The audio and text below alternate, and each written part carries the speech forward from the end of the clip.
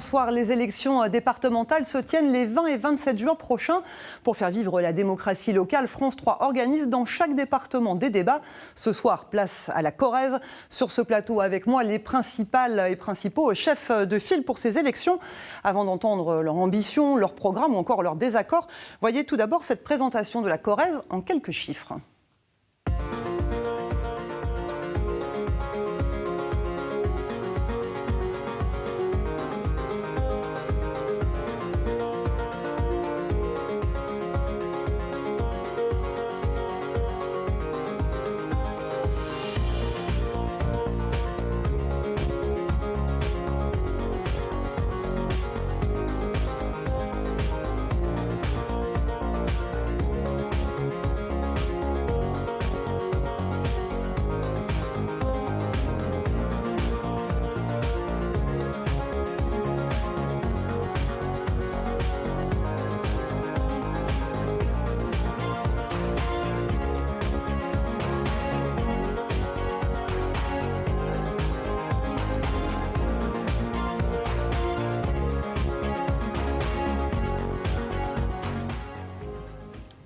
Voilà donc pour ces quelques chiffres. J'accueille sur ce plateau 5 candidats. Pascal Coste, président sortant et chef de file de Corrèze Demain, bonsoir. Bonsoir.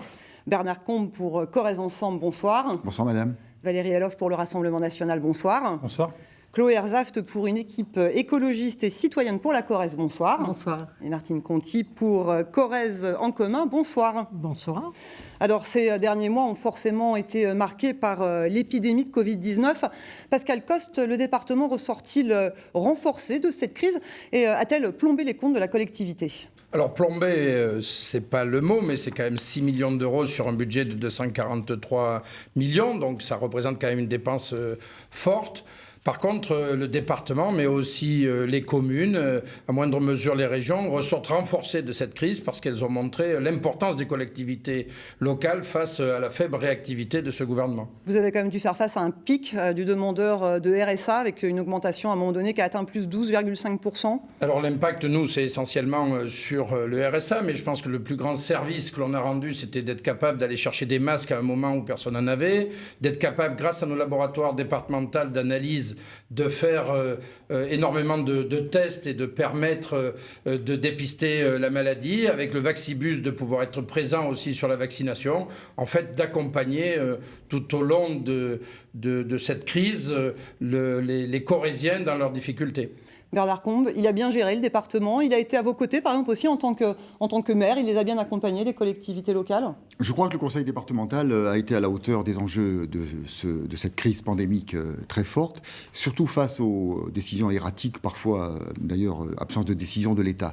Et ce qu'il nous a fallu faire, et les uns et les autres, c'est de trouver les marques qui ferait que nous serions capables d'aborder cette crise dans de bonnes conditions. La question des masques a été posée très rapidement et on a travaillé vraiment ensemble dans la qualité, dans l'authenticité de nos rapports, c'est-à-dire le respect des uns et des autres, mais aussi les Corréziennes et les Corréziens qui étaient quand même dans de grandes difficultés. Donc, à chaque fois que ça a été possible, on a travaillé tout simplement ensemble. C'est la moindre des choses, c'est ce que nous devions aux Corréziennes et aux Corréziens. Et je crois qu'honnêtement, ça s'est passé du mieux qu'il était possible. Alors, le RSA aujourd'hui, en termes de nombre de bénéficiaires, il est revenu à peu près à celui d'avant la crise. Valérie Aloff, pour vous, c'est une bonne nouvelle ou c'est un trompe-l'œil, ces chiffres qui sont revenus comme avant la crise ? C'est plutôt une bonne nouvelle. C'est plutôt une bonne nouvelle. Tout ce qui va dans le bon sens, c'est une bonne nouvelle pour l'ensemble des citoyens. La gestion du RSA par le département pendant cette crise et avant cette crise, je pense que la gestion du RSA pendant la crise et du fait de l'absence de réponse de l'État a été bonne.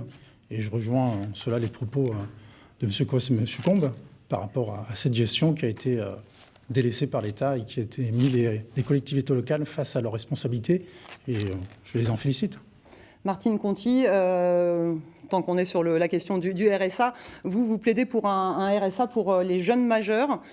Quels moyens pour le financer, ce RSA, puisqu'aujourd'hui, déjà, l'État ne finance que 63% du montant global que coûte le RSA au département ? Bien, quels moyens ? Les moyens, on les connaît. C'est l'évasion fiscale, c'est taxer le capital. Parce que je pense qu'on ne peut pas laisser la majorité de nos concitoyennes dans la misère. Là, on voit qu'il y a des problèmes avec le RSA. On a vu à certains moments, d'ailleurs, c'est la CAF qui paye le RSA et l'État ne compense pas complètement le RSA, ce qui pose problème au département. Mais au-delà du RSA, moi, ce qui me pose problème aussi, et je pense que dans les mois à venir, ça va se concrétiser, c'est les suppressions d'emplois qu'il va y avoir, parce que la crise Covid a engendré de grosses difficultés pour certaines entreprises, pour certains artisans, certains restaurateurs. Et je pense que nous allons au-devant d'une grosse problématique concernant le chômage. Et vous pensez que le nombre de demandeurs de RSA va augmenter, donc ça sera aussi une charge quelque part en plus pour le département dans les mois à venir? Moi, je pense, puisque avec la réforme de l'allocation chômage qui se profile, je pense qu'à un certain moment, le RSA va augmenter. Et si on arrive à retirer certaines personnes du RSA en les supprimant, pas parce qu'ils y ont plus droit, mais en modifiant les critères, d'autres vont arriver derrière. Et je pense que on a vu les chiffres de la pauvreté pour notre département, c'est 13%. Et je pense que ça risque d'augmenter dans les mois à venir. Je pense qu'il va falloir se battre, que les collectivités qui représentent 70% de la commande publique vont être obligées d'être très présents et très pertinents pour accompagner nos concitoyens. Vous avez anticipé, si jamais vous étiez réélu, Pascal Coste, cette possible augmentation du nombre de demandeurs? C'est un budget qui va être important? On le subit complètement, parce que c'est la CAF qui inscrit le nombre de bénéficiaires du RSA. Par contre, on a une gestion active avec des contrats d'engagement réciproques systématiques avec tous les demandeurs d'emploi, avec tous les bénéficiaires du RSA, avec un rendez-vous tous les mois pour les coacher, pour faire en sorte qu'ils puissent, soit avec le dispositif Boost Emploi, soit avec d'autres dispositifs de formation, pouvoir faire un retour dans la vie active. Et c'est important de faire en sorte qu'on puisse, dès que le bénéficiaire du RSA arrive dans le dispositif, faire tout ce que l'on peut avec les travailleurs sociaux que l'on a pour les ressortir très très rapidement et qui ne s'enquistent pas parce qu'ils veulent travailler. Il est aussi un peu facile de les stigmatiser parce qu'ils sont souvent stigmatisés bien à tort. Alors, vous parliez aussi, Pascal Coste, donc, du département qui est sorti un peu, vous dites, renforcé quand même de cette crise en termes d'image auprès des citoyens. En même temps, on ne sent pas non plus un réel engouement des Corréziens pour ces élections départementales. Est-ce que vous craignez que le RSA ait un fort taux d'abstention pour ce premier scrutin?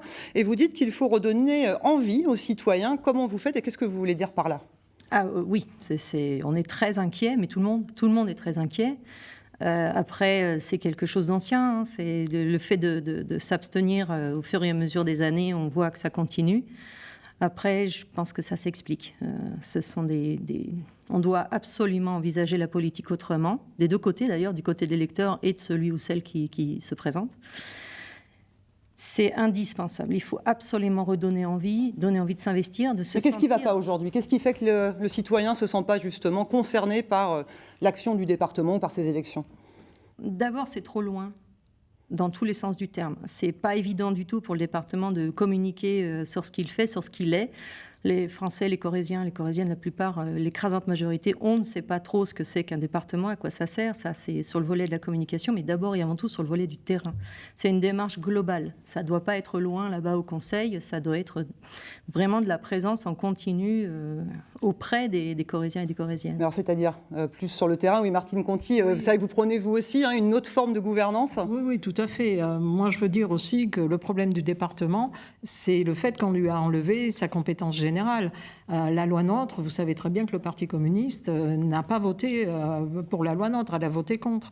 Et je pense que si on veut redonner goût aux citoyens à voter et à venir voir les candidats, c'est aussi tout au long de la mandature en étant présent à leur côté. Écoutez, moi je fais une campagne en ce moment et je me rends compte qu'il y en a beaucoup qui ne connaissent pas le nom de leur conseiller cantonal.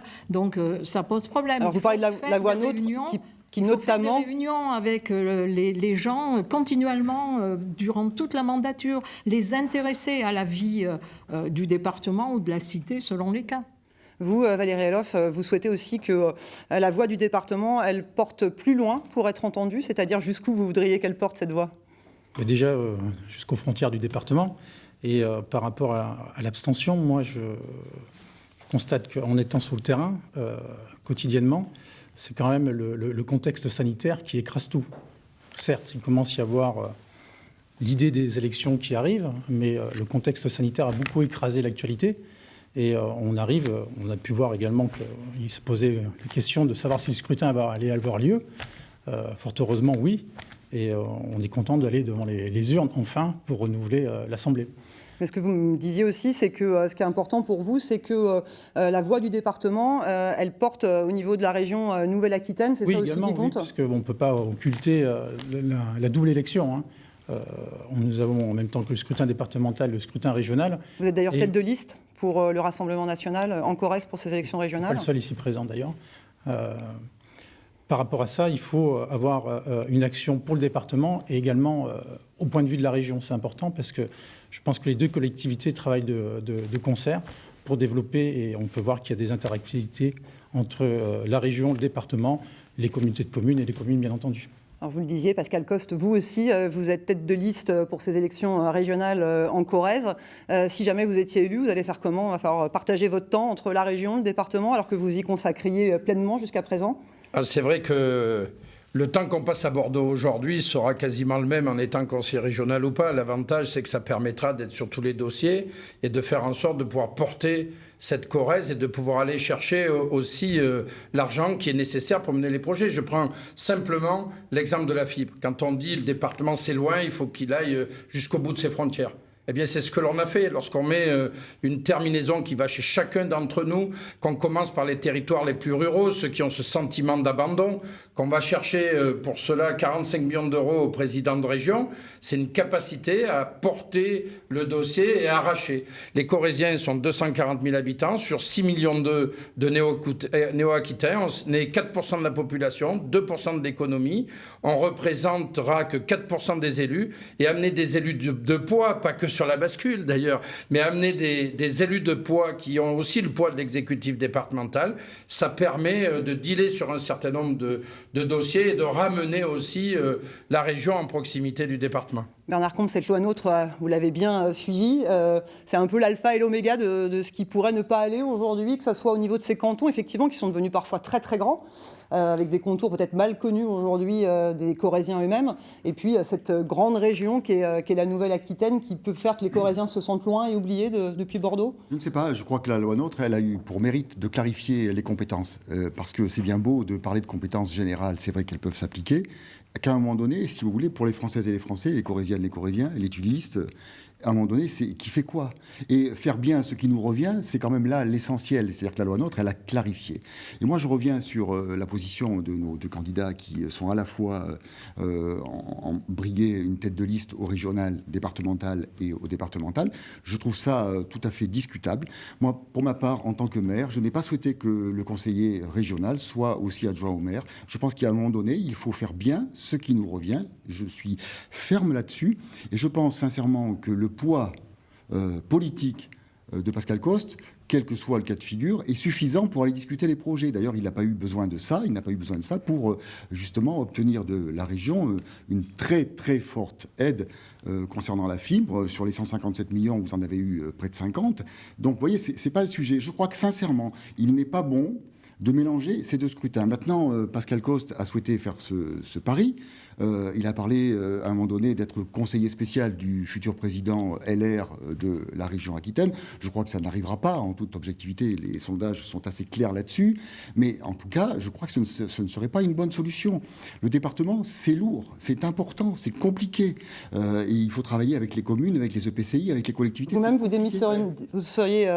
continueriez à être maire de Tulle si vous étiez élu président du conseil départemental ? Là, c'est une autre histoire, c'est que ce n'est pas possible.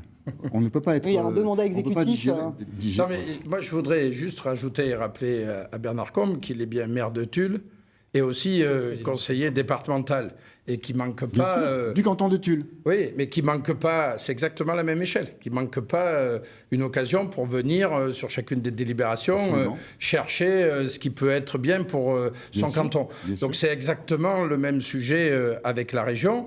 Et je pense qu'on a besoin surtout de rapprocher cette région de l'ensemble de nos concitoyens. Et c'est ce que l'on fera en ayant ces maisons du département qui peuvent aussi être des maisons de la région.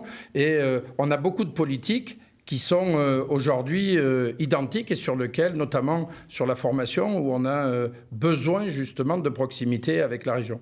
Alors Valérie Eloff, vous aussi, donc potentiellement double casquette. C'est la première fois en tout cas que votre parti arrive à présenter les candidats dans les 19 cantons de la Corrèze. En 2015, vous étiez présent dans 9 d'entre eux seulement. Aujourd'hui, le RN en Corrèze, vous avez uniquement une conseillère municipale à Billac. Vous n'avez pas de conseillers départementaux. Vous comptez sur un effet Marine Le Pen, sur une nationalisation des débats pour faire un score plus élevé qu'en 2015 ? Nous comptons sur notre activité sur le terrain et sur notre campagne que nous menons tous les jours en étant présents auprès de nos concitoyens et en faisant campagne. Voilà, on ne compte pas. Évidemment, il y a une dynamique nationale qui est indéniable vis-à-vis du Rassemblement national et de Marine Le Pen. Mais néanmoins, nous sommes dans un scrutin local et nous parlons du local. Vous ne pensez pas avoir un déficit, j'allais dire, quelque part de notoriété ? Il y a beaucoup de turnover au niveau du Rassemblement national en Corrèze, manque justement d'expérience et d'occupation du terrain ? Non, je ne pense pas manquer d'expérience. Et puis, concernant le turnover, je pense que c'est bien d'avoir des personnes nouvelles qui arrivent pour porter la voix d'une formation politique ou d'une collectivité. Donc, je disais des candidats dans les 19 cantons. Est-ce que c'était des candidats, j'allais dire, à tout prix, notamment par rapport à cette candidate à Uzerche, dont le Rassemblement national a retiré l'investiture suite à des propos racistes sur les réseaux sociaux ? Écoutez, non, ce n'était pas des candidats à tout prix. Je constate que les réseaux sociaux sont souvent utilisés pour stigmatiser et pour jeter l'opprobre sur nos candidats. Je n'ai pas de leçon de morale à recevoir dans ce domaine-là. Moi, j'invite tout le monde à balayer devant sa porte, chose que j'ai faite sans attendre. Et après, concernant le reste, nous faisons campagne. Voilà. Martine Conti, vous voulez... Oui, je voudrais ajouter quelque chose sur ces propos, parce qu'il y a des candidatures du Front républicain, je l'appelle comme ça, très, très honnêtement et très clairement, et je pense qu'avec le Rassemblement national, il y a un véritable problème. Le premier problème, c'est celui effectivement de la qualité des candidatures, mais aussi, surtout, M. Eloff, je voudrais vous le dire, du fond du cœur, parce que je pense que quand on se présente à une élection, et qu'on va au-devant des suffrages des électrices et des électeurs, et que ce sont simplement des noms, et même pas des visages, c'est-à-dire que vous allez faire voter des Corréziennes et des Corréziens sur des personnes dont on ne connaît même pas le visage. Vous imaginez voter pour un fantôme. Moi, ça me choque énormément. D'ailleurs, et je vais vous le dire, la loi doit reprendre ces questions. On ne peut pas voter pour un Marc Chaise qu'on n'a jamais rencontré à Tulle et pour une Marie-Charlotte Rény qu'on n'a jamais rencontré à Tulle, mais combien d'autres candidats comme ça. Ce n'est pas possible, ce n'est pas la démocratie telle que nous l'imaginons. Alors il faut faire un effort, vous prétendez pouvoir arriver aux affaires ici et là, mais attendez quand même, mais qui sont ces personnes ? On ne les connaît pas. Comment voulez-vous que les gens Alors évidemment, ils vont voter Marine Le Pen, mais Marine Le Pen n'est pas candidate dans le canton de Tulle, ni même ailleurs, autant qu'ils m'en souviennent. C'est tant mieux d'ailleurs. Oui. Voilà. Marine Le Pen, pour moi c'est grave. Voilà, je vous le dis, c'est très grave. Moi, je voudrais quand même revenir sur les candidatures du Rassemblement national. Je partage tout à fait ce que vient de dire Bernard Combe, mais au-delà de ça, moi, j'appelle tous nos concitoyens à se déplacer, à aller voter, à éviter l'abstention, de manière à combattre un parti qui distille de la haine raciale, de la xénophobie, et qui, au final, nous diffusons des idées de solidarité, de fraternité. Moi, je trouve ça complètement aberrant, effectivement, d'avoir des noms sans avoir des visages, de ne pas connaître. C'est déjà suffisamment problématique quand vous allez dans les cantons et que les gens connaissent même pas le nom du de celui qui a été élu, mais alors là, ils connaissent même pas le visage de celui qui est candidat. Donc moi, ça me pose un énorme problème. Parce que si on ne peut pas connaître les gens, mais en tout cas, moi, ce que je veux dire une chose, c'est que ce Rassemblement national, il faudrait le connaître mieux, à savoir, et je veux dire aussi à nos concitoyens qu'ils ont voté contre l'augmentation du SMIC, ils sont pour la suppression de l'ISF, ils ont été pour. Donc, au-delà, il faut avertir nos concitoyens de ce qu'est le vote RN. Alors, ça suffit maintenant. Bernard Combe parlait d'un front républicain. En revanche, une gauche qui part à nouveau désunie, comme en 2015. Chloé Herzhaft, il n'y avait pas du tout moyen que Europe Écologie Les Verts partent unis avec le Parti Socialiste et vous, Martine Conti, le PCF avec le PS. C'était pas possible, ça ? Vous avez préféré faire cavalier seul ? Alors, je vais vous répondre. Mais avant, je voudrais revenir à ce que je viens d'entendre. Plusieurs choses. quand j'entends qu'être plus près des Corréziens et des Corréziennes, je fais un raccourci, c'est pas ce que vous avez dit, mais mettre la fibre et le mot arraché m'a fait tiquer, sincèrement, parce que cette fibre, elle a plus fait mal et heurté qu'autre chose, notamment sur un plan environnemental.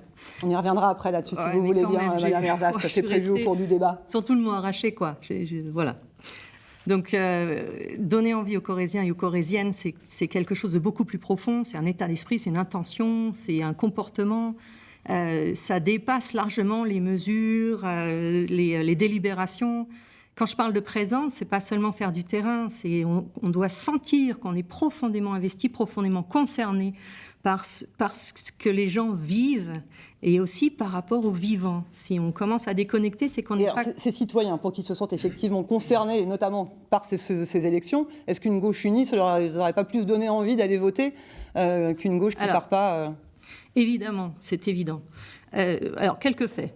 On a essayé de partir dans une large union, donc avec le PC, le PS, ELV, Nouvelle Donne, la liste citoyenne de Brive. D'ailleurs, ça aurait été bien pour le débat qu'il soit là ici, même si j'imagine que ce n'est pas toujours facile à organiser. LFI. Bon, pourquoi ça n'a pas pu se faire ? En fait, pendant 3 mois, on a discuté, on a essayé, on a proposé. C'était assez fluide. On proposait des candidats. Je me rappelle notamment de notre candidat sur Alassac, sur le canton d'Alassac, qui plaisait à tout le monde. Et puis la question s'est posée très factuellement de la diversité politique sur le bassin de Tulle. Voilà. Donc sur les 3 cantons de Tulle. On a fait une proposition. En résumé, vous n'avez pas réussi à vous mettre d'accord ensemble sur qui étaient les candidats dans différents cantons ? Il y a tellement de choses qui se sont dites autour de ça. Je vais juste prendre la minute pour donner les faits. Parce qu'il n'y a que les faits qui parlent. Et donc, on a proposé un ou une éco-citoyenne au choix sur un des 3 cantons au choix. Réellement, c'est ce qui s'est passé très concrètement dans nos réunions de dimanche matin à Tulle. Et donc, le PS n'a pas pu laisser cet espace pour un éco-citoyen ou une éco-citoyenne. Alors, 2 secondes, Madame Conti. Bernard Combe, la gauche aujourd'hui détient 6 cantons sur 19. Elle peut gagner en partant ainsi désunie au premier tour ? Ce sont les électrices et les électeurs corréziennes qui le diront. Moi, je constate effectivement des difficultés d'appareil. Mais moi, les candidats de la gauche diverse, ils sont tous réunis autour de moi dans le cadre des cantons et de l'organisation politique que nous avons trouvée. Les exigences des uns et des autres n'étaient pas toutes concevables. Quand vous avez des candidats de qualité sortants, qui n'ont pas une ancienneté importante dans leur rôle, que vous voulez les remplacer par quelqu'un qui arriverait et qui ne serait pas connu, je ne crois pas que ce soit respectueux de celui ou de celle qui a fait son travail dans un canton. Mais c'est pas une question d'être connu, c'est une question de compétence et d'intention. Je n'abandonne pas mes amis sur la route. Je voudrais quand même pense que les appareils sont aujourd'hui dépassés dans ce type d'analyse et que ce que je propose, c'est un ensemble de candidates et de candidats qui sont de gauche, diverses. Il y a des communistes, il y a des gens du Parti socialiste, il y a des gens de gauche, il y a des citoyens, il y a des écologistes, il y a toute la gauche réunie. Elle est différente peut-être du visage qu'on aurait pu vous présenter. Mais c'est vrai qu'on va parler éventuellement toute l'histoire de comment ça s'est créé, mais est-ce que c'est pas dommage pour vos électeurs, en tout cas, de vous voir partir ainsi désunis ? Je voudrais quand même dire pas l'impression aux électrices et aux électeurs que c'est le seul sujet. Le sujet, c'est le département de la Corrèze, c'est son avenir, c'est son ancrage dans la réalité du quotidien. Oui, mais si on ne leur donne pas envie, il n'y a pas de sujet. Les Corréziens et les Corréziennes ont envie. Mais ils auront tous mais d'entrée de jeu, on parlait de... Non, ça va être très court. Les candidats sont là pour dire quel choix ils portent, et les électrices et les électeurs, quel choix ils veulent. Le PCF, Mme Conti, absent du département depuis 2015, c'était pareil, la bonne stratégie pour espérer avoir des nouveaux élus, de partir seul ? Vous savez que au Parti communiste, c'est inscrit dans notre ADN, le rassemblement. Ça s'est fait là où ça a pu se faire. Il n'y a pas pu y avoir d'accords départementaux. On a négocié canton par canton. Moi, la seule chose que je peux regretter aujourd'hui, et ce qui avait été acté, c'est qu'il y avait un conseiller sortant dans mon canton. On était d'accord pour qu'il soit représenté, et que moi, je sois avec lui, à ses côtés, pour faire gagner la gauche. Ça n'a pas été possible. On en a pris hâte, on a pris nos responsabilités, c'est tout. Il est temps maintenant d'aborder un peu plus précisément certains points de vos programmes, notamment au niveau de la santé et la lutte contre les déserts médicaux qui, en Corrèze, menacent les milieux ruraux, mais également les villes. 15% des médecins ont aujourd'hui plus de 65 ans, 37% ont plus de 60 ans. Il faut absolument attirer de nouveaux médecins, et plus précisément, selon vos estimations, Bernard Combe a recruté 50 en 7 ans. Oui. C'est pas allé assez vite, ces dernières années? On a pris du retard? Je crois qu'on peut honnêtement et objectivement constater l'augmentation très forte de la désertification médicale dans ce département. Je pense que la majorité de Pascal Coste a pris la mesure de cet enjeu tardivement, ce qui fait qu'aujourd'hui, on se retrouve avec un nombre de médecins recrutés par le département de l'ordre de 6 à 8 en fonction des chiffres. Je veux bien 8, mais en prenant 2 qui étaient retraités. Donc au final, ça fait 6 médecins nouveaux. Moi, je prends l'exemple de la ville de Tulle, où nous avons recruté 3 médecins directement pour 15 000 habitants et un 4e bientôt. Ce que je veux dire, c'est quand il y a une volonté, il y a un chemin, c'est bien connu. Et je crois que sincèrement, le retard a été pris et qu'il sera difficilement rattrapable. Pourquoi ? Parce que le mercato médical dans l'ensemble du pays est extrêmement contraint et que du coup, les médecins, les étudiants ont le choix de leur département, de leur lieu d'exercice. On n'a pas réussi à le contraindre au niveau légal. Donc du coup, il faut que le département accroisse sa capacité, aller chercher les étudiants, leur donner des bourses, les attacher, si j'ose dire, à un territoire, parce que c'est intéressant, faire fonctionner avec les hôpitaux généraux des internes qui peuvent demain être là. Il manque aussi cruellement de spécialistes. Je crois qu'il faut quand même être honnête, de dentistes. On a des difficultés dans tous les domaines, de kinés. Donc je crois que le travail qui doit être engagé maintenant, il est fort. Mais franchement, le retard, il est là et il faut le rattraper. Pascal Coste, vous n'êtes pas allé assez vite en matière de maisons médicales, de ces centres de santé où des médecins sont salariés par le conseil départemental? Je pense être un bel exemple parce qu'en tant que maire de Béguenade, il y a déjà 12 ans, on a fait ce qui a préfiguré l'ensemble des maisons pluridisciplinaires de santé. Donc ça fait longtemps qu'on est à l'action sur le sujet. Il y en a 14 maisons de santé en Corrèze, c'est le département qui en a le plus. Il y a un désert médical qui s'avance parce que le gouvernement n'a pas pris ses responsabilités en matière de suppression du numerus clausus et donc de formation des médecins, parce que aussi la sociologie des médecins évolue avec un travail qui se féminise de plus en plus, avec des gens qui veulent travailler en groupe. Et donc aujourd'hui, on a fait la démonstration que sur un an, on était capable d'embaucher 11 médecins. Donc, sur 7 ans, aller à 77, c'est peut-être pas très compliqué.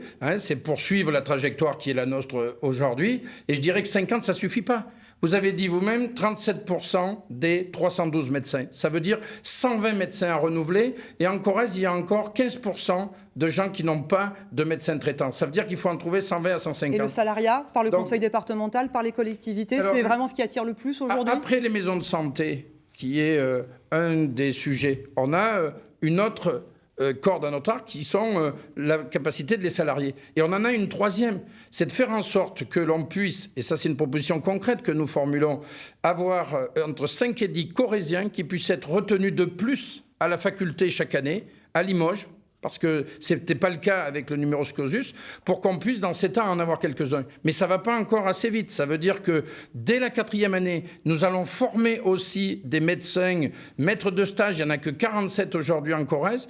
Nous allons avoir un contrat d'engagement entre l'État et puis l'aide du département, j'espère de la région, autour de 2 000 € pour permettre, dès la 4e année, de faire le stage dans les hôpitaux et un petit peu partout ici. Et il faudra qu'on regarde dernièrement la question des gardes, parce qu'aujourd'hui, c'est un facteur limitant pour beaucoup de médecins, et peut-être avoir un genre de SOS médecin de campagne, parce qu'on n'est pas tous traités de la même manière. Valérie Eloff, le problème rencontré en Corrèze, il se pose dans d'autres départements. Comment faire pour que la Corrèze soit plus attractive que nos voisins, par exemple ? Mais je pense que c'est une question qui est très importante, puisque les déserts médicaux, ça touche tout le monde. Aujourd'hui, il faut aller rapidement des solutions de court terme et de long terme. Le court terme, aujourd'hui, c'est qu'il manque des médecins pour l'ensemble de la population. Nous, on a des propositions concrètes. Ce sont, dans les maisons de santé, de pouvoir faire appel à des téléconsultations, puisque d'aujourd'hui, nous en avons le moyen, avec du personnel qui puisse accompagner les patients et avoir les médecins en téléconsultation. Quand on parle également de réponse immédiate, on peut également imaginer des bus avec des médecins qui se déplaceraient dans les campagnes et qui viendraient au plus proche des populations. Il est inacceptable aujourd'hui d'avoir un abcès aux dents et d'avoir comme réponse d'un dentiste « appelez dimanche le 15 pour vous faire soigner ». C'est plus possible. Il faut vraiment arriver à pallier ceci. Et pour le long terme, il faut faire une attractivité, il faut peut-être penser également à financer les études des Corréziens au niveau des études de médecine et leur demander un engagement de venir en ruralité une fois qu'ils ont terminé leurs études. Ça, ce serait une proposition concrète que nous faisons.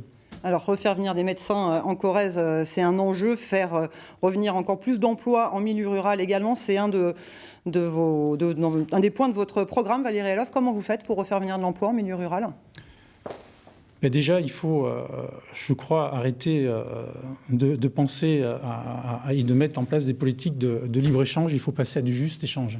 Il faut arriver à faire travailler nos territoires au plus proche de nos concitoyens et arriver à avoir des solutions qui puissent permettre d'avoir de l'emploi. Et pour avoir de l'emploi, il faut avoir des entreprises qui viennent s'installer. Et pour ça, il faut avoir de l'attractivité. Il y a des leviers pour cela, et il faut les utiliser, que ce soit au point de vue des infrastructures, que ce soit au point de vue également de la fibre, qui est désormais disponible. Il faut faire toute cette amalgame pour permettre que la Corrèze devienne attractive. Alors la fibre optique, Bernard Combe, un vrai atout aujourd'hui pour la Corrèze ? Que ce soit d'ailleurs pour la télémédecine, que ce soit pour des entreprises ? Écoutez, 157 millions ont été consacrés par le département, largement aidés par d'autres collectivités. Je rappelle simplement aussi que d'autres collectivités, notamment les agglomérations, se sont débrouillées seules. Il n'y a pas que la Corrèze rurale, il y a aussi la Corrèze urbaine. Et nous nous sommes débrouillés aussi pour fibrer les Corréziennes et les Corréziens. C'était un très bon sujet. Il a été mené de manière équitable. J'observe simplement que dans tous les départements, on a essayé de fibrer, et c'est bien le moins. Mais ce qui m'inquiète davantage, c'est que dans le tuyau, et qu'est-ce qui arrive au bout d'un moment ? Ça fait plusieurs fois, Monsieur Coste, que nous vous demandons de nous donner les chiffres d'abonnement. Nous avons nous-mêmes été recherchés auprès des fournisseurs d'accès Internet. Si ça fonctionnait, c'est-à-dire cette fibre qui est arrivée à domicile, fait que les gens prennent un abonnement de fournisseurs d'accès. Et pour l'instant, ils nous répondent que l'engouement est faible. Mais peut-être que cela va venir. Et j'espère que ça viendra. Mais on peut avoir des chiffres, tout simplement. C'est peut-être le mieux. Après, est-ce que c'est un vrai atout malgré tout ? Évidemment, c'est un atout qui pourrait dire le contraire. Et tous les départements l'auraient fait. Alors, on l'a fait bien. Je crois qu'on a voté aussi ces mesures-là, M. Coste, autant qu'il a été possible. J'ai moi-même été, quand j'étais conseiller à l'Élysée, je vous ai aidé aussi à des financements d'État. C'est normal, il fallait aider la Corrèze et je crois que vous avez mené ce dossier parfaitement bien, il n'y a rien à dire. Simplement, peut-être sur l'aspect environnemental, il y a eu beaucoup de soucis. Il faut quand même le rappeler. L'élagage a été massif dans ce département, ça a été difficile. Vous verrez que dans quelques années, les systèmes, les arbres qui ont été abîmés vont finir de s'abîmer. Ça va être très compliqué. Les installations sont parfois, on va dire, très fragiles, vous le savez. Donc, effectivement, il fallait aller vite, il fallait aller fort.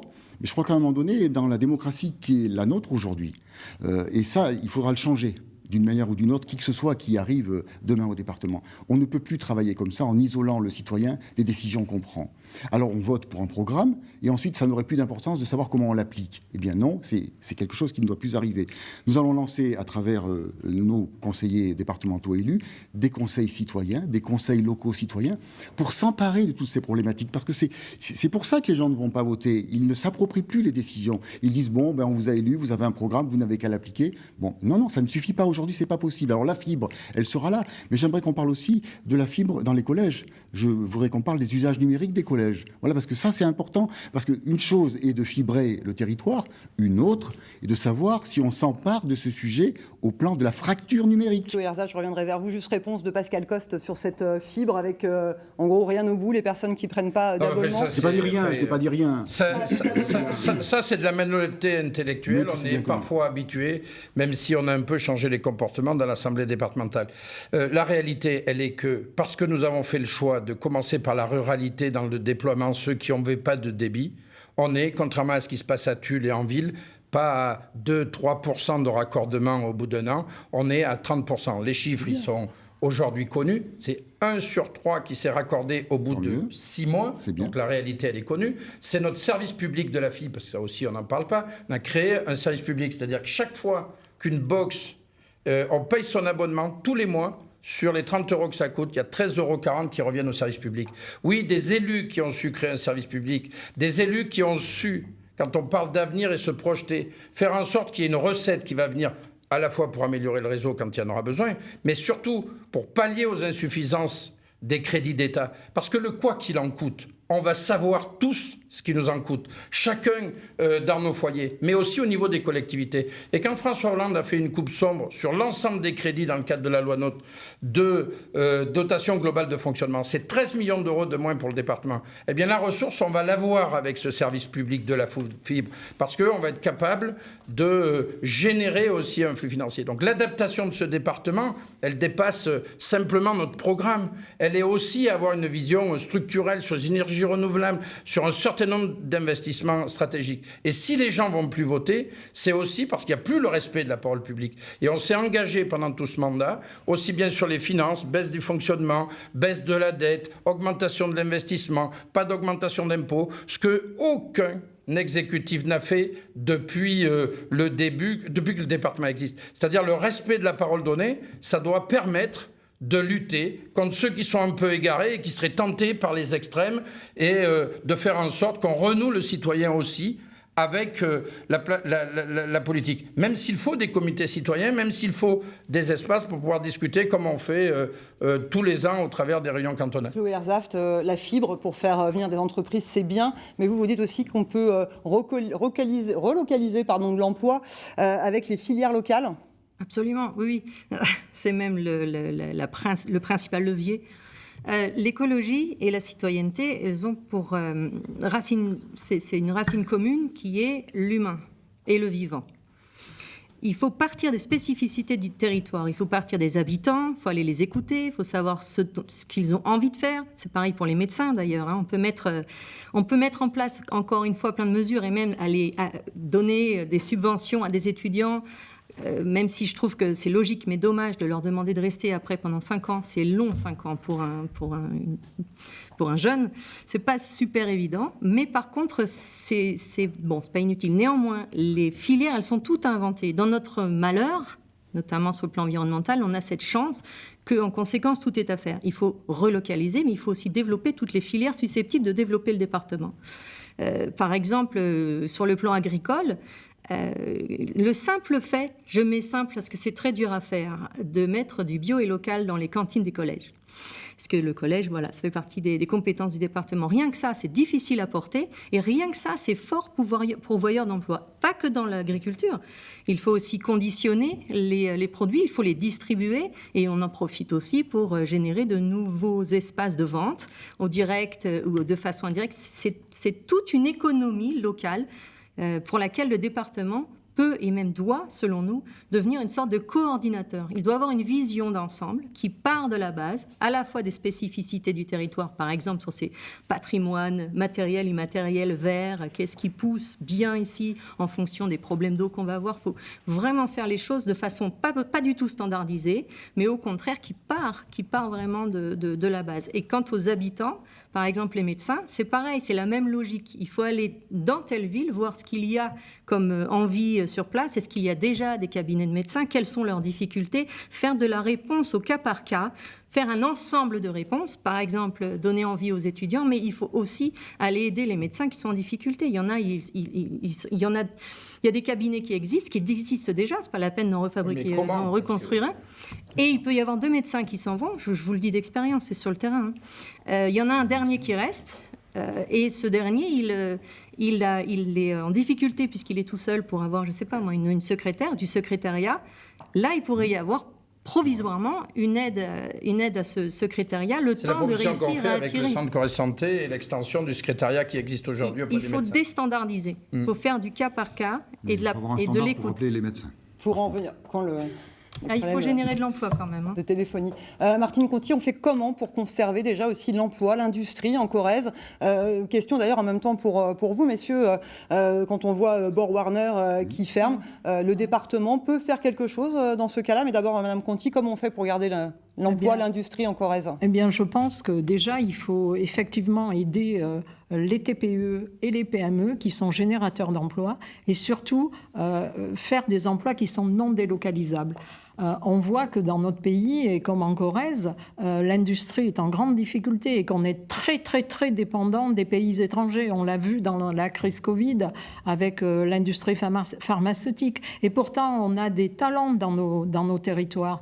Donc moi, je pense qu'il faut absolument, avant d'attirer les gens qui viennent de l'extérieur, garder ceux que nous avons sur notre territoire, notamment pour les jeunes, en leur donnant une éducation qui puisse mener assez longtemps, et puis surtout au niveau des emplois, faire des emplois qui soient bien rémunérés, arrêter les emplois à temps partiel, non choisis, des emplois mal rémunérés, de prestations, arrêter les grandes surfaces commerciales et recréer de l'emploi industriel qui produit alors de la l'emploi, richesse. vous l'avez dit, c'est plus une compétence directe mais du département. Par exemple, Borg-Warner, qu'est-ce que vous auriez pu faire? Mais C'est plus de 300 emplois qui quittent la Corrèze. Tout ce qu'on peut faire, on l'a fait et on va le faire encore aujourd'hui. Là, on est au cœur d'une compétence qui est portée à la fois par la région, c'est la compétence économique, et à la fois par l'intercommunalité. Et on est tous regroupés, aussi bien l'État et l'ensemble des forces locales, derrière l'agglomération. Et quand je dis derrière, c'est pas caché derrière, c'est chacun dans nos compétences. Le département, s'il faut, sur l'immobilier d'entreprise, au travers de la société d'économie mixte qui a été créée maintenant il y a une dizaine d'années, eh bien accompagner sur la reprise de l'outil, eh bien on y travaille. On travaille aussi, et ça peut pas se faire sur la place publique, sur un certain nombre de repreneurs, chacun, de par nos réseaux, de comment l'emploi peut revenir sur ce territoire. Ça se fait pas d'un coup de baguette magique. Vous n'êtes pas sans savoir que partout en France, il y a des usines qui ferment. Moi, je suis très inquiet sur l'après-Covid. Et là, aujourd'hui, tout va bien. Parce qu'on a envoyé des Canadair là où il y avait besoin d'un petit verre d'eau. Donc, on va le payer très, très cher. Et donc, les faillites sont devant nous. Et il faudra être encore plus présent dans les mois et les semaines qui viennent. Vous proposez quoi, vous, face à ces entreprises qui ferment? Déjà, par rapport à Borg-Warner, on peut dire quand même que c'est le modèle économique et la soumission à l'Union européenne qui fait qu'aujourd'hui, cette entreprise décide de délocaliser en Hongrie. Je pense qu'il faut avoir effectivement une action vraiment très ferme par rapport à ces délocalisations quand elles arrivent, et avoir une action également imaginative pour faire venir les entreprises et les maintenir sur le territoire. Et je pense aussi que si on veut faire venir des gens sur le territoire... beaucoup d'avance, Madame Conti. Pardon. Brièvement. Si on veut faire venir des gens sur le territoire, c'est pas simplement faire venir un salarié qui va travailler dans une entreprise, c'est penser tout ce qui va avec sa famille, son conjoint, ses enfants, c'est tout ça. Bernard Combe. Moi, je voudrais dire justement, parce que tout à l'heure, M. Coste m'a dit que j'étais intellectuellement malhonnête. Il sait que ce n'est pas vrai, parce que nous savons travailler. Nous avons voté énormément de délibérations. Monsieur Coste, vous le savez, chaque fois qu'on peut travailler ensemble, vous savez qu'on le fait, au-delà de ce qui nous sépare idéologiquement. Et ça, c'est certain. Sur Borg-Warner, ça nous est tombé sur la tête et sur la tête des salariés de la même manière. C'est-à-dire quand un drame social intervient à cette hauteur, parce qu'on est en pleine transition écologique, parce que tout le monde se tourne vers les véhicules électriques, parce que du coup, il faut produire des boîtes de vitesse à moindre coût et les envoyer en Hongrie, et c'est regrettable, c'est vrai. Mais pourquoi l'entreprise, quand elle s'est installée à Tulle, et que nous l'avons aidée financièrement, et les uns et les autres, très fortement, par dizaines de millions d'euros, pour qu'elle reste, elle aurait pu, elle, faire l'effort de s'adapter. Ce qu'elle a décidé, tout simplement, c'est de partir. Aujourd'hui, 368 familles sont dans la difficulté. Nous ferons tout ce que nous pourrons. Et je peux vous assurer que, de ce point de vue-là, sur la revitalisation, chacun agit à sa force. Et là aussi, la responsabilité politique, c'est ça, c'est de dire aux citoyens de temps en temps, oui, évidemment qu'on a des différences, et ça n'est pas grave, mais ce qui nous rassemble, c'est le territoire. Après, nous avons des approches différentes. Et moi, je ne veux pas les gommer. Je suis idéologiquement différent. Je pense que la pandémie que nous subissons, c'est la crise du capitalisme grandissant. C'est la première des crises, avec tous ces déplacements, tous ces transports inorganisés. Et vous le savez, et ça, un retentissement en Corrèze, à Tulle, à Borg-Warner et ailleurs. C'est ça la vérité. Donc il faut combattre aussi le capitalisme de cette façon-là. Et de ce point de vue-là, je ne suis pas idéologiquement déphasé par rapport à mes camarades de gauche. Il reste 9 minutes de débat. Je vous propose qu'on parle un petit peu des collèges, qui pour le coup est une compétence directe du département. Valérie, alors vous souhaitez, dans votre programme, renforcer la sécurité dans les collèges avec un contrôle à l'accès. Vous trouvez qu'ils ne sont pas assez en sécurité nos collégiens corésiens? Effectivement, c'est une proposition que nous portons parce qu'on peut voir aujourd'hui que l'insécurité, et on le constate dans tous les faits divers nationaux, peuvent arriver partout. Et aujourd'hui, il vaut mieux anticiper que de subir. C'est-à-dire, qu'est-ce que vous proposez à l'entrée des collèges? Mais tout simplement un accès beaucoup plus contrôlé des collégiens et des personnes qui rentreraient. Mais c'est déjà fait. Pas que. Alors également dans vos programmes, plusieurs d'entre vous concernant les collèges et la rénovation des établissements, notamment sur le plan énergétique. Sur cette question, Chloé Hersaft, qu'est-ce que vous envisagez? Écoutez, on n'a pas énormément d'argent et on n'a pas énormément de temps. Si on se base sur les réalités du dérèglement climatique, des crises qui sont en train de se cumuler et qui vont, j'espère pas, mais probablement nous arriver sur le nez, on est obligé de prioriser. Je suis écologiste, je ne vais pas vous dire que la réhabilitation du bâtiment et notamment le fait de l'isoler avec encore une fois, le fait de générer les filières locales qui n'existent pas encore avec des matériaux biosourcés qui ont fait et pas cher. C'est ça aussi, il faut que ce soit pas cher. Néanmoins, j'insiste quand même sur un point qui est important sur le plan de la sécurité alimentaire. On parle des cantines scolaires, mais je veux dire, techniquement, ce n'est pas un vain sujet. Ça ne concerne pas que les cantines. Les collégiens, j'aurais tendance à penser d'abord, on parlait de leur famille, on parlait de leur environnement, mais il est impératif que le département, de façon globale, pense à tous les âges et en commençant par s'assurer qu'ils soient autonomes en alimentation et en eau. C'est loin d'être le cas. On a pris un retard énorme dans cette capacité d'être autonome. Donc évidemment, il faut tout faire. De toute façon, c'est ça le principe éco-citoyen, c'est qu'on doit tout porter en même temps, avec la même intention, le même regard, et en essayant à chaque fois de générer de l'espoir, de remettre tout le monde autour de la table. Mais bon, il faut faire énormément de choses en même temps. Et à moindre coût. Pascal Coste, est-ce qu'il faut à nouveau de nouvelles tablettes numériques au collège? Ou est-ce que celles qui sont distribuées aujourd'hui font tout à fait l'affaire? Je pense qu'il ne faut pas résumer les collèges à cela. D'abord, je ne parle pas des cantines, moi.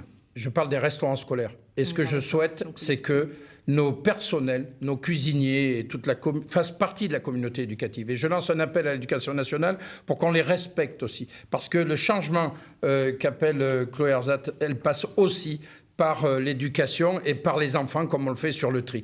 Ensuite... Et la Chambre d'agriculture, est-ce qu'elle est prête, d'ailleurs, elle aussi, à ce changement? Oui, mais là, c'est notre responsabilité aussi à nous de faire en sorte qu'on les considère à l'éducation nationale et qu'on donne les moyens aux cuisiniers aussi de travailler différemment sur des produits plus élaborés. Voilà. Ensuite, sur le collège. Bernard Combe disait tout à l'heure qu'on n'avait rien fait sur le numérique et que c'était abandonné. Au contraire.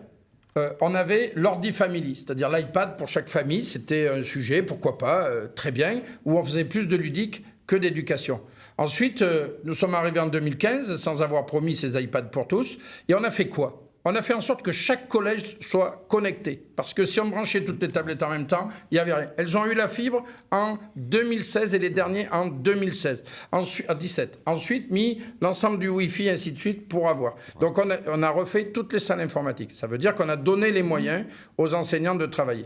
Ensuite, on a fait le choix d'avoir une tablette éducative qui n'est pas sexy comme l'iPad, c'est vrai. Une tablette française où on a essuyé quelques plâtres à des moments, parce que sur les mises à jour, des fois, ça traînait un petit peu, et qui soit surtout avec un cloud où les parents peuvent surveiller aussi ce qui se passe pour les enfants et qu'on puisse l'utiliser sur n'importe quel outil. Ce qui n'empêche pas à une famille de pouvoir le mettre sur son ordinateur personnel. Qu'est-ce qui ne va pas, Bernard Combe, avec cet équipement numérique? Je suis d'accord avec Pascal Coste sur le fait que les classes ont été bien équipées. Là-dessus, pas de problème. Je pense qu'il y avait une problématique idéologique avec l'iPad dans les collèges pour les collégiens. Et je pense que M. Coste a souhaité, tout simplement, stopper cette affaire-là parce que je me souviens du slogan à l'époque, c'était, vous savez, des iPads et pas d'EHPAD. Rappelez-vous, c'était... Oui, on a assumé le choix vous l'avez assumé. De 2015. Mais ce qui s'est passé, et vous le savez, vous avez très bien équipé les collèges, personne ne peut dire le contraire. C'est vrai. Ensuite, quand le collégien quitte le collège, il rentre sa tablette dans le préau, dans son casier. Il part chez lui. Donc, il n'a plus son matériel pédagogique avec... Il y en a qui l'amènent dehors, il y en a qui le sortent. La règle, c'était on le laisse dans le préau, sous le préau. Ce qui fait qu'au moment de la pandémie, au moment de la crise sanitaire, vous avez vu ce qui s'est passé. On travaillait sur les portables des parents. Alors que la tablette, si elle avait été efficace, parce qu'en plus vous avez fait un choix particulier, technique, je pense que vous avez vraiment là eu un raisonnement idéologique qui vous a coupé d'une forme de réalité. À un moment donné, il faut savoir que les appareils qui sont présents dans le commerce, il y en a de qualité et de moindre qualité. Vous avez fait un choix. Vous l'assumez. Ce que je constate aujourd'hui, c'est que la fracture numérique collégienne est forte. Ça, je ne peux pas laisser dire ça. Mais si. Je ne peux pas laisser dire ça parce que les autres départements ne l'ont pas fait. Les autres départements ne sont pas plus en avance. Je pense que l'éducation nationale n'est pas prête pour faire un enseignement numérique de manière forte. Pas les appareils. Aujourd'hui, quand on a proposé à l'ensemble des familles de pouvoir prendre les tablettes au mois de mars, quand on a eu le premier confinement l'année dernière. Il y en a moins de 20% qui ont fait le choix de récupérer l'outil et de l'amener chez eux. Parce que, et on a eu derrière un outil national qui ne fonctionnait pas forcément, alors qu'on a un cloud qui fonctionne en interne. Il reste 3 minutes. Vous êtes allé au collège, vous êtes allé dans un collège de Tulle, très en pointe sur ces questions-là. Vous avez vu les professeurs, vous avez vu le travail. Vous avez été très étonné du travail produit et de qualité, mais vous avez dit on va quand même changer. Alors que vous saviez que ça avançait bien. C'est dommage, il ne faut pas toujours enlever ce que les autres ont fait. Excusez-moi, là, vous dites la tablette, c'est le support, l'important, c'est le contenu. Moi, très sincèrement, ma fille qui est collégienne, la tablette, elle ne m'en parle pas. Elle ne parle jamais. Voilà. Ce qui est important, c'est le suivi scolaire. C'est de s'intéresser, de savoir ce que vont faire nos enfants. Et je pense que s'il y a une action à mener, c'est surtout sur le décrochage scolaire. Voilà. Alors, il nous reste 2 minutes. C'est pas dans la compétence. Attention quand même. Mais c'est pas parce que c'est pas la compétence. On peut lancer des expérimentations, des ateliers. C'est pas parce que ce n'est pas la compétence. Ça a quand même été confirmé que les tablettes ne vous avez raison. Il faut regarder. Mais on ne peut pas faire n'importe quoi parce que les enseignants vont nous dire attendez, là c'est notre champ. Donc il faut savoir aussi rester à sa place. Je reviens sur faisons bien ce qui nous revient. On peut sortir un peu de sa place. C'est ça le sujet. Donc ça les gens ils voteront au bon endroit, de ses au bon moment. On peut également sortir de ses compétences. Monsieur Elhoff, également, on a vu donc pendant cette crise, alors la fracture numérique, mais également l'importance de ne pas laisser les personnes âgées isolées. Aujourd'hui, donc, il y a de nombreuses politiques pour tenter de maintenir ces personnes à domicile. Pour cela, il faut des aides à domicile, justement. C'est pas toujours facile d'en trouver en milieu rural. Qu'est-ce que vous faites? Comment vous faites? Il faut continuer la formation, il faut continuer le recrutement de personnel qui vont intervenir auprès de nos aînés, qui vont tant donner. Pardon ? Il faut les payer. Convenablement. Il faut les salariés. Voilà. Moi, je suis pour la téléassistance. Écoutez, monsieur, la réponse de monsieur Elhoff sur la question des... Je n'ai pas que ça comme réponse. Comment ? Je n'ai pas que ça comme réponse. Oui, sur ça, je dis, on écoute votre proposition. Et je pense qu'il faut mettre le paquet pour nos aînés parce qu'ils méritent. Et aujourd'hui, pour y être confronté, c'est une vraie problématique qui fait souffrir les familles et qui fait souffrir également les personnes qui sont confrontées à soit une dépendance physique ou cognitive. Aujourd'hui, on ne peut pas laisser des personnes toutes seules pendant toute une journée sans avoir ne serait-ce qu'un contact familial. Donc il faut recruter, il faut continuer à former des personnes qui vont pouvoir intervenir. En 30 secondes, Pascal Coste, les assistants familiaux, les aides à domicile, c'est vrai que c'est aussi des personnes qui sont difficiles à trouver aujourd'hui en Corrèze. Oui, il nous faut trouver beaucoup de monde. C'est pour ça qu'on a créé l'Académie des métiers de l'autonomie. On a fait la démonstration en 6 mois qu'on était en capacité de recruter la moitié de ce qu'on a besoin sur une année. On va l'étendre à tous les autres métiers du domicile, aussi bien pour les assistants familiaux, aussi bien pour les nounous, aussi bien aussi pour les aides-soignants, pour les soins infirmiers. Voilà, je pense qu'il y a une politique globale. C'est vrai que c'est des métiers qui ne sont pas toujours suffisamment payés, peut-être. Et qu'est-ce que peut faire le département là-dessus ? On va travailler là avec le gouvernement pour permettre d'avoir une vraie revalorisation de ce métier, parce qu'il en va aussi là du droit du travail. Voilà, ça sera le mot de la fin. Excellente soirée à tous. Merci à vous 5 d'avoir participé à ce débat. Au revoir.